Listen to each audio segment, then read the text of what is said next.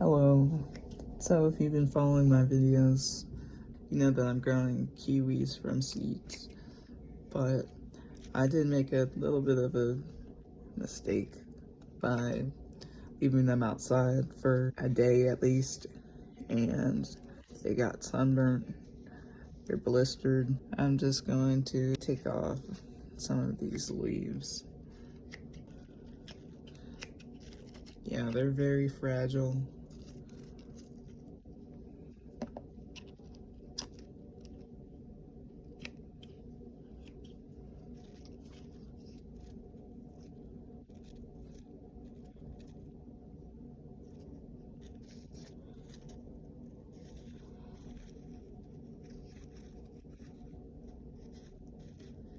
Yeah, even their leaves have like a burnt film over it. I'm gonna keep these indoors for until they get way more mature.